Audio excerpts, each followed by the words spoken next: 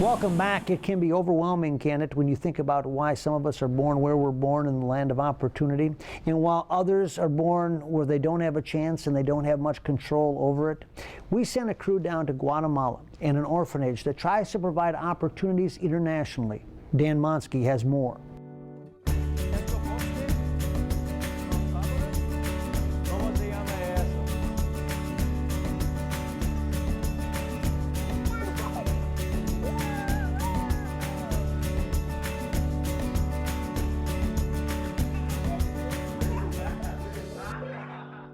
I was in Guatemala in June of 2008, about 6 months after adoptions had closed down there, and I learned what was happening to the children who were being born to families who could not take care of them.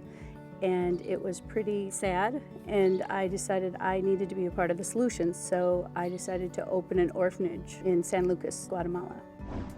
It took a while to implement. We had to get through all of the red tape, but my longtime friend, Lily Laytona, and I set out to do this together because it was a longtime dream of hers, and I had known that. Tamara is my very good friend from United States who we met in Guatemala in one of her trips. I met Lily in 2004, and we became fast friends. At some point, we were talking about this dream that I had, and she also shared it with me, and that's when she decided to help this dream to come true and help the children in Guatemala. I had already adopted 3 girls from Guatemala. Hi, I'm Tori. Hi, I'm Ruby. Hi, I'm Alex. And I realized that I could not love them anymore had I given birth to them. And then I heard about what was happening to the children that could no longer be adopted.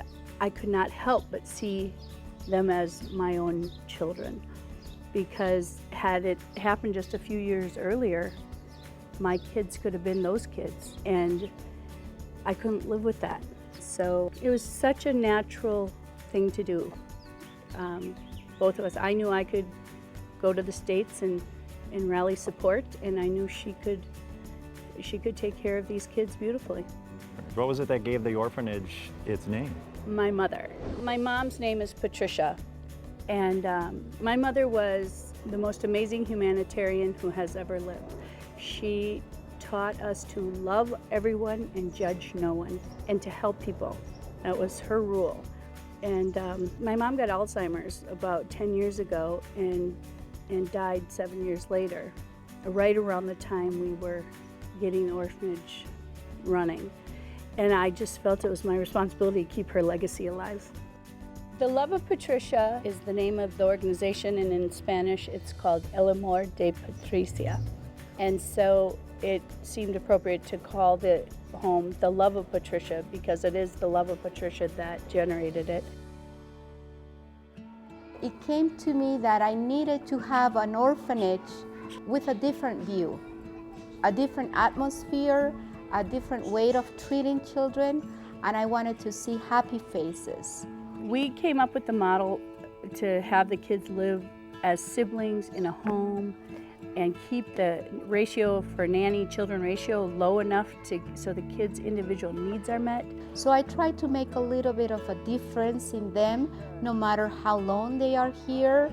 It could be 1 month, 1 year, 6 months, you don't know. But I want to make a difference in their life while they are here with us. I'm talking about health care, nutrition, love. Our strength is love. Everything we do is centered by love. Each kid is celebrated. Each child is greeted every morning by name and how was your sleep, and they come home from school and they each individually are celebrated. So we want to make sure that the kids are attended to on a personal level as they would in a normal family, and give them all the things they need. One thing that I think is important about the Amor de Patricia is it's not just an orphanage for abandoned children or those without parents. It's also a safe haven for those who have had maybe some abuse in their family. Yeah, we've gotten quite a few kids who come with very sad situations. The 3rd child to ever arrive there, just a Spitfire named Jessica, and when she was about 2 years old, her birth father had broke her arms and her legs and shaved her head because he was angry she was a girl.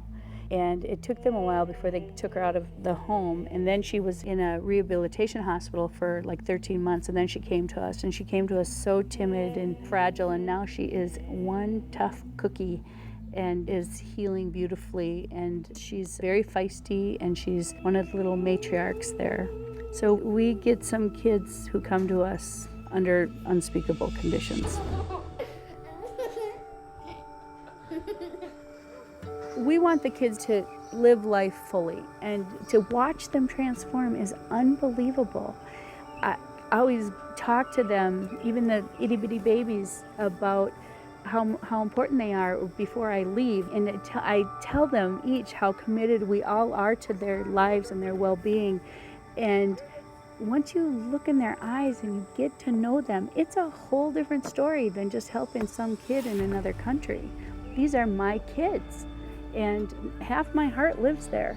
It is my responsibility to make sure they're well cared for. It fulfills my whole life. It gives meaning to what I'm doing. I enjoy giving them happiness. I enjoy helping others. Without all the nice people who enjoy this program, who love this program, we couldn't make it. Their generosity is helping us survive every day, and we hope to continue being here and keeping a good service for our children. Once a kid joins our family at El Amor de Patricia, they are welcome there forever. As long as they need a home, they have one with us.